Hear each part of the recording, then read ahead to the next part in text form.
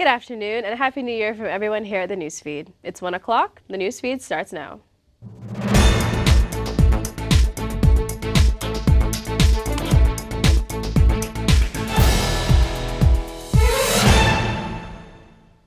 Authorities in Houston are investigating the shooting deaths of a mother and her 6-year-old daughter. Early reports indicate the woman killed her daughter before taking her own life. Investigators say the woman's teenage children found the bodies of their mother and stepsister. The county sheriff says it appears the woman was having marital problems with the father of the deceased 6-year-old. Pilot Point ISD is the first school district in the country to use new technology aimed at protecting students and staff if there was an active shooter on campus. Pilot Point ISD Police Chief Brad Merritt explained how gunfire activates acoustic sensors installed in the ceilings that light up and direct people away from an attacker or tell them to stay put in classrooms. When a shooting happens, sensors turn red or green. Red means you don't go in that direction because the shooter has been detected. Green indicates a pathway to safety. We're 5 days into the new year, and some Southwest passengers still don't have their bags back after the airline's Christmas week meltdown. Southwest says returning customers with their lost luggage is a top priority. Southwest is telling passengers that it is returning lost luggage with great urgency, using FedEx and even competing airlines to transport bags. As Pete Munton reports, it was supposed to be a perfect holiday.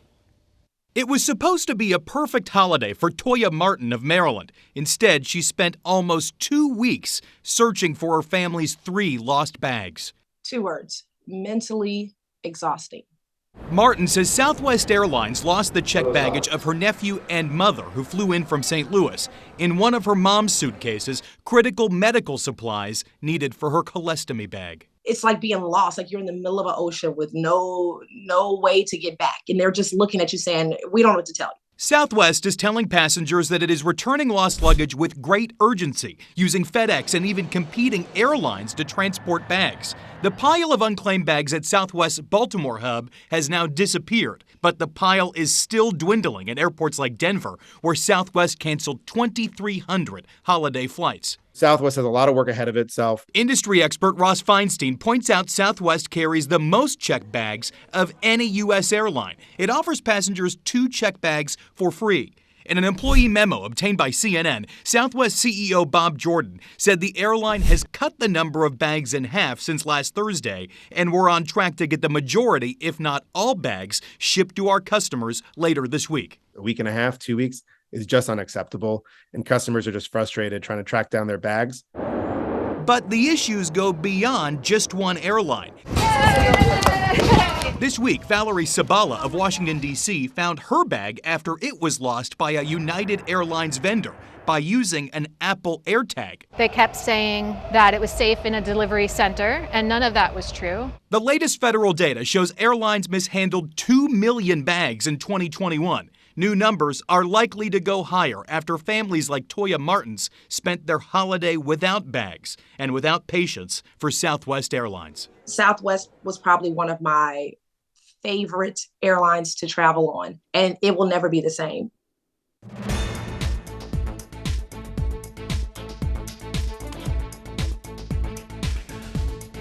If I could be you, and you could be me for just 1 hour.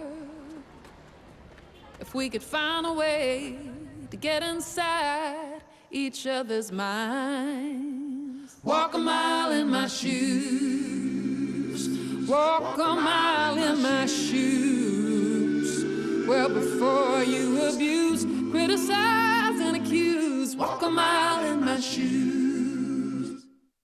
Okay, Dad. 1, 2, 3.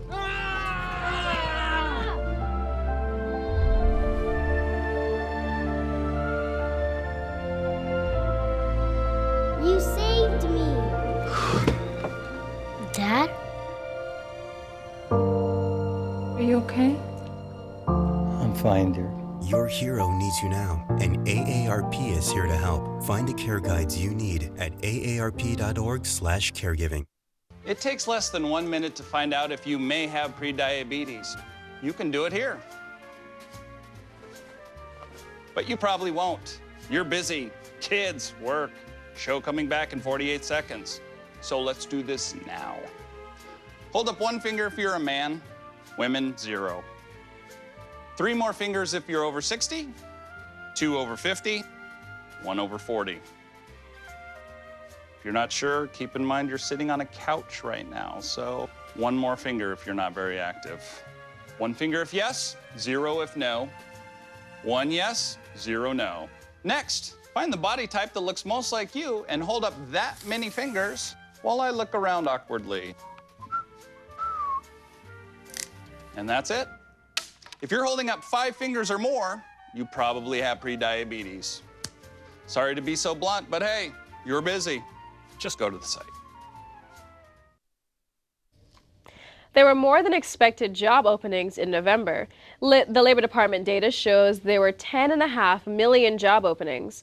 Economists thought there would only be 10 million. However, the November number is slightly lower than October. The Labor Department will release the much-anticipated December job reports later today. President Biden said he plans to visit the U.S.-Mexico border next week. The border visit will come during his trip to the North American Leaders Summit in Mexico City. It will mark Biden's first visit to the border since he took office. This comes as officials continue to grapple with what they consider a migrant crisis. White House officials have resisted calls by Republicans for Biden to visit the southern border for 2 years, dismissing the idea as political theater. A glimmer of hope for Buffalo Bills player Damar Hamlin. The team says Hamlin is showing, quote, signs of improvement, although he remains in the ICU in critical condition in a Cincinnati hospital. Adrienne Rodish reports. Thoughts everywhere with number 3 in Buffalo, where everyone is wondering if Highmark Stadium will host the big game this weekend. And the Bills Mafia is hanging on every word from the Hamlin family. In Cincinnati, a number 3 golden balloon marks the hospital where Damar's mother and father are at his bedside. I mean, they've been there like every step of the way. So, I mean, together, like they're heartbroken, but like collectively as a family. The Buffalo Bills tweeting, quote, Damar remains in the ICU in critical condition with signs of improvement noted yesterday and overnight. He is expected to remain under intensive care as his healthcare team continues to monitor and treat him. As support for the 24-year-old football player grows, his family overcome with gratitude and offers to help. They are incredibly thankful of everything that has been out there, all of the support that they've gotten. Hamlin's Chasing M's Foundation Toy Drive GoFundMe page now with more than $6 million in donations. But to know that you got that circle of support from everybody to help you get through it, it means a lot. A rare emotional outpouring at today's NFL Zoom press conference. NFL leaders saying there's no playbook for this situation and praising medical response. The EMTs, that evening was outstanding. You gave our brother Damar another day to live. The NFL is grappling with how to move forward into playoffs. Obviously, we're going to have to make a decision on that in the coming days, which we will. But there's a lot of considerations at place. Even calling into question this Sunday's Patriots-Bills game. We have not had that discussion. We'll allow Sean and his team and his staff and the players, which are the most important thing here, to guide us if we have to make that decision. And Wednesday's scheduled team media availabilities canceled. One day after the NFL Players Association promised its players it would have every resource available to aid and support them during this time. Everybody like that has seen it, our whole country, every football fan, everybody who's not even a part of football has seen and heard this story. So we're all handling it in different ways. As a family, a team, and the entire country. If there is a road, a path, a chance, Damar will find it. That is what he has done up until this point. He has so much to give left in this life. Hold hope for a positive outcome for number 3.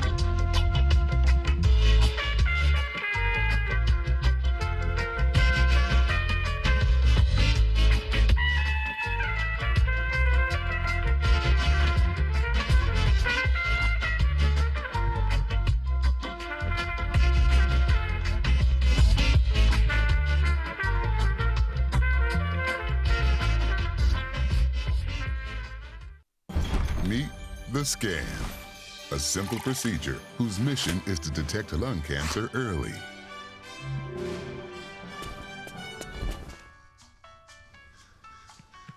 I'm here to save you. But I feel fine. That's great, but you may still be at high risk for lung cancer. Oh man, that's a new fence. If you smoke, early detection could save your life. Learn more at savedbythescan.org.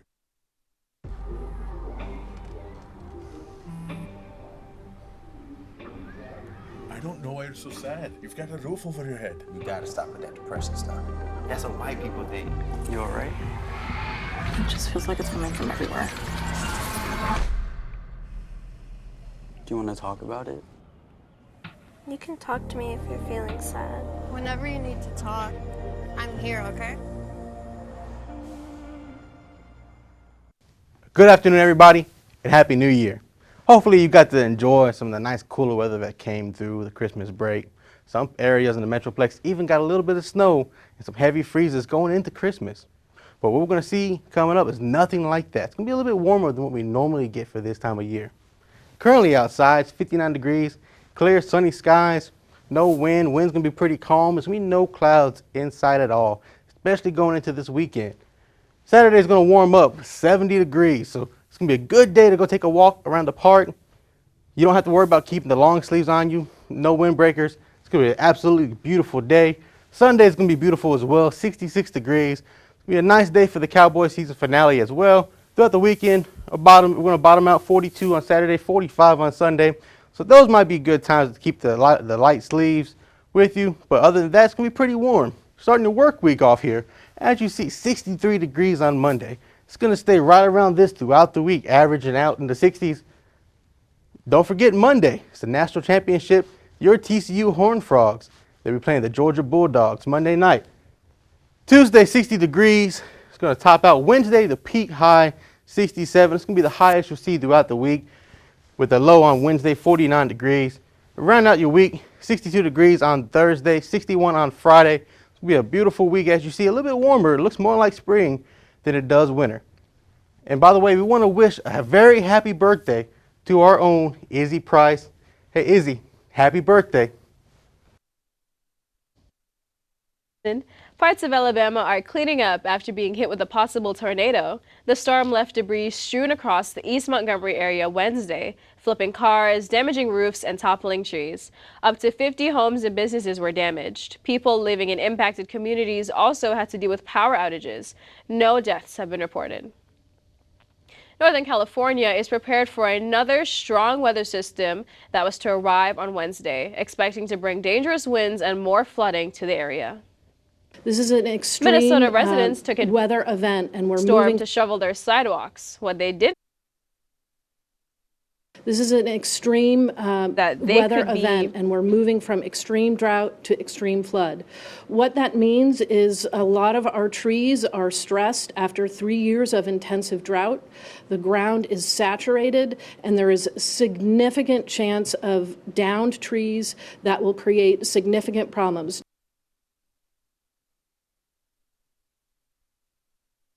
Minnesota residents took advantage of the break in the storm to shovel their sidewalks. What they didn't know, they could be fined and charged if the city is forced to shovel them. Jennifer Mayerly heard the pros and cons. When the snow falls, sidewalk clearing follows. You have to do it. It's part of life. It's pretty dry underneath. Michael Bevan got out to clear his sidewalk, his neighbors, and his steps. Hearing there's a push for the city to take on snow and ice clearing sounds appealing. I'd want to find out how it's being paid for first, like if it's a property tax increase or if it's some other way so yeah, I guess you need to see the fine print. R Street says sidewalks left uncleared is a concern. They're canvassing Minneapolis neighborhoods to get support for city-led snow removal. It's a accessibility, equity, and safety issue for the city of Minneapolis when there are unclear sidewalks. For a 2023 budget for sidewalk, snow, and ice removal. A proposed pilot program before the city council failed in December.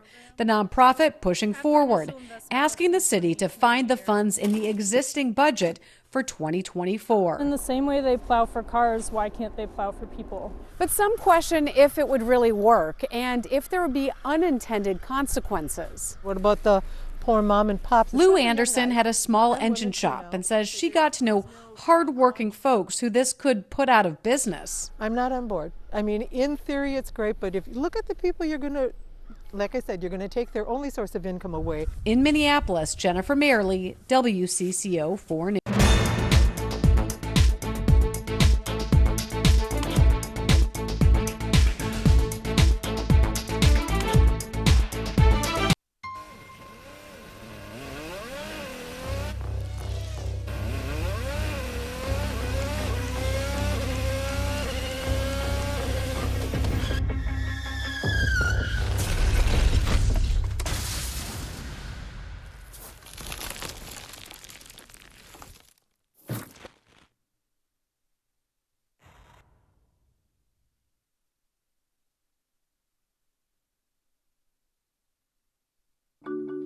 I tell my son, I love you every single day.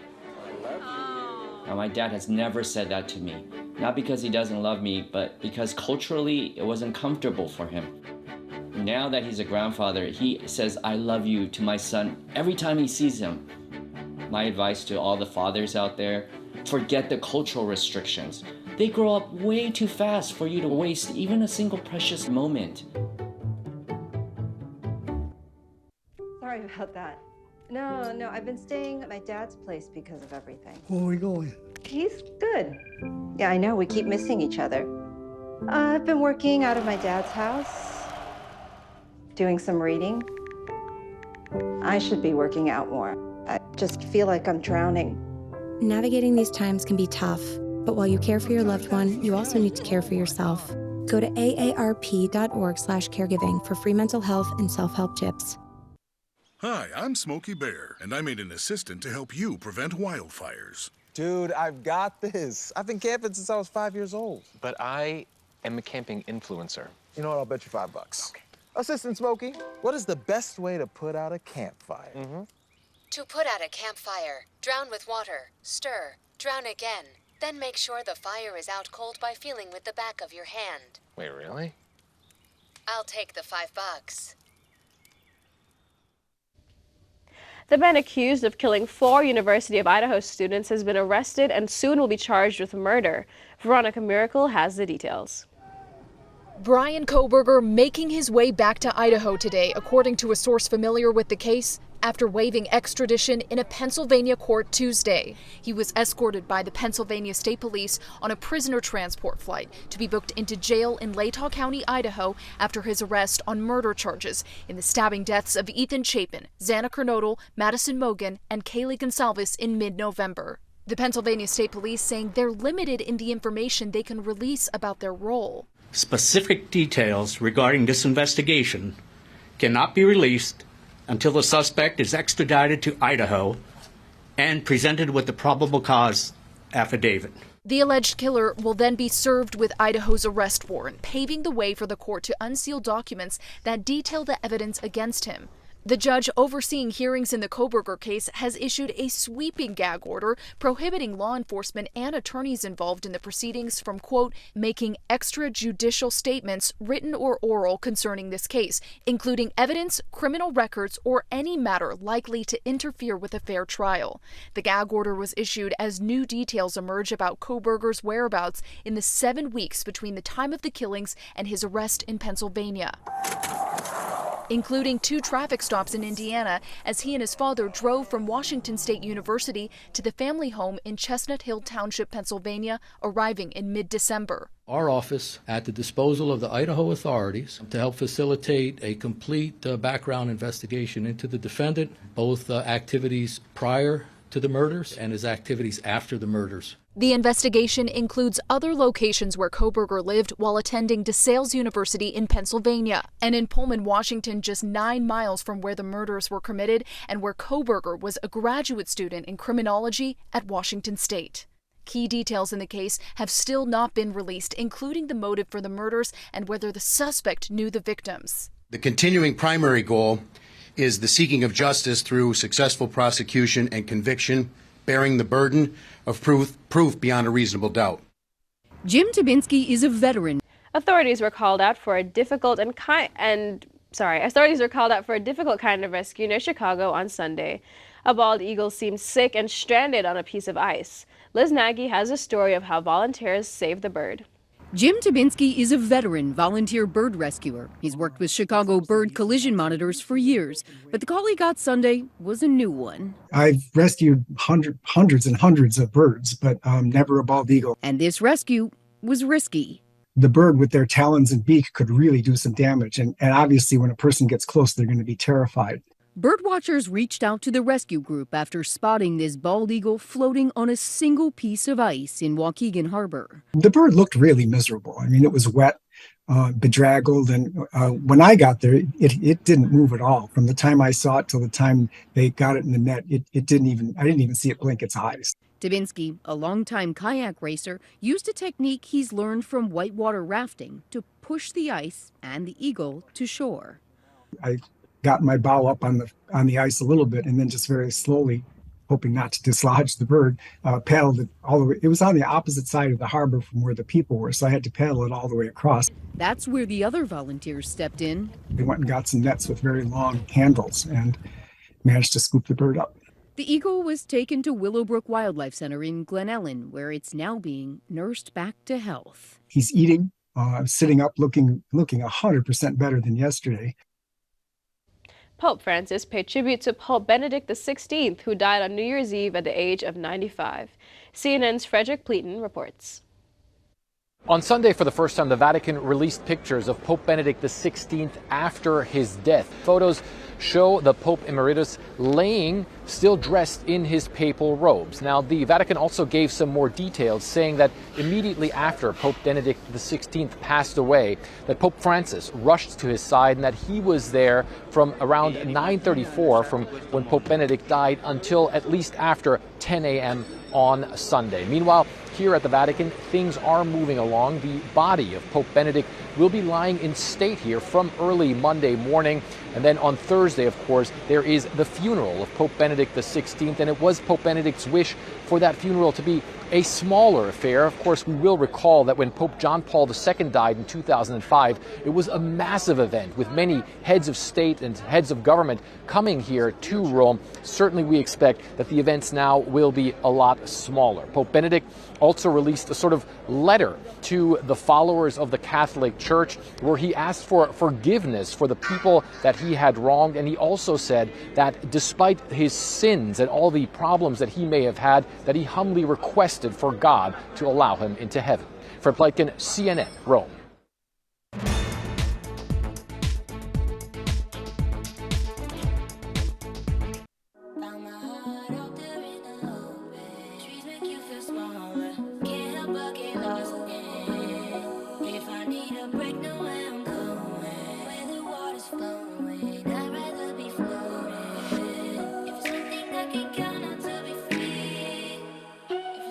Feel the beat of nature at a park or forest near you. Find a forest and music inspired by nature at discovertheforest.org. Every day, thousands of kids start vaping.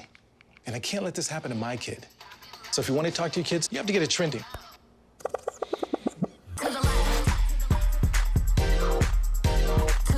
No, you're doing it wrong.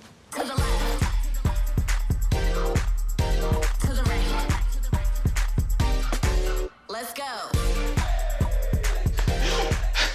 Can we talk? Yeah, what's up? Visit talkaboutvaping.org for tips on when and how to have the vape talk.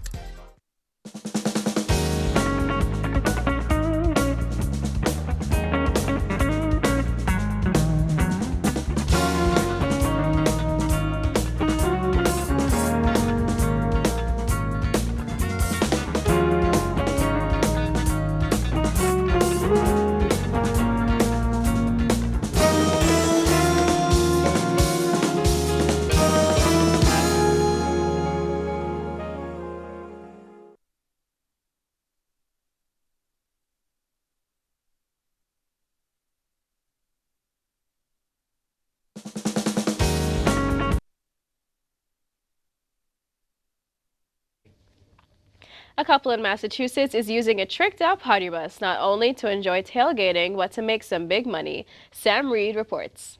Positioned proudly in Plymouth, We can go wherever you want to go. there's a big white bus the Collard couple calls Schoolie. I found this bus, found it in Texas, and saw the potential, and I said, all right, this is the one. Matthew is behind the wheel. It's one of the safest vehicles you can actually travel in. But his wife's tailgating troubles were a driving force behind their brand new bus business. Kind of all started because my husband is a huge Patriots fan, and he's always asking me to tailgate, and honestly, I don't want to sit out in the rain. I don't want to sit out when it's 30 degrees. To solve a Patriots pre-gaming problem, what was once a boring bus Jaws drop. has been completely customized. I mean, you will walk in and you go, I'm not on a school bus anymore. And made modern. It's a really more elevated experience. We have a little kitchen. We have an actual wood-burning fireplace in there. In September, the Collards began offering bus trips and excursions all around New England. Around Plymouth, Cape Cod, there's really no land excursions. Everything's by water. A minimum of 5 hours gets you fun. You dream it, we create it. That's our motto. And freedom. We pick you up and drop you off at everyone's house, so nobody has to drink and drive. Prices vary depending on times and trips. Matthew was willing to head to New York Sunday to see the Pats play. We need support. We need to bring the hometown crowd out to Buffalo. So far, customers can't get enough. You want to have fun in life. Tomorrow's not guaranteed. The positive feedback is helping fuel their future. That feeling makes us feel so good and proud because that's what we want people to experience. Showing you something good. I'm Sam Reed. Mother Nature on full display, and an impressive display, human beings being reactive and proactive, and some incredible caught-on-camera moments. Jeremy Roth has today's Take a Look at This. Today we have nature getting nurtured and a little dose of nitro. An innovative marine science effort offered a rare glimpse of life through a whale's eyes. Researchers wanted to track the movements of a pregnant North Atlantic right whale, so they literally slapped a high-def camera onto the mammal's back using a suction cup. The unorthodox effort allowed the team a front-row view of the southern migration movements of a pair of the whales. The North Atlantic right whale is one of the world's most endangered large whale species, and this particular female, named Smoke, has been tracked by scientists since 1996. A recent severe storm system shellacked the southeast, and it led to a caught-on-camera moment in North Carolina that can only be described as shocking. A pair of cameras captured lightning striking a truck and fence at JR Motorsports in Mooresville. The sudden strike was so electrifying, it appears to power on the empty truck's headlights. You know, when nature strikes, sometimes you gotta strike back. That's what a Caltrans engineering crew did to clear a South Tahoe roadway that had become blocked by a cluster of big fat fallen boulders. Hey, this here's America, Jack. When in doubt, blast her out. Woo! For Take a Look at This, I'm Jeremy Roth. Thank you so much for joining us at the Newsfeed. Have a great day. We'll see you next week.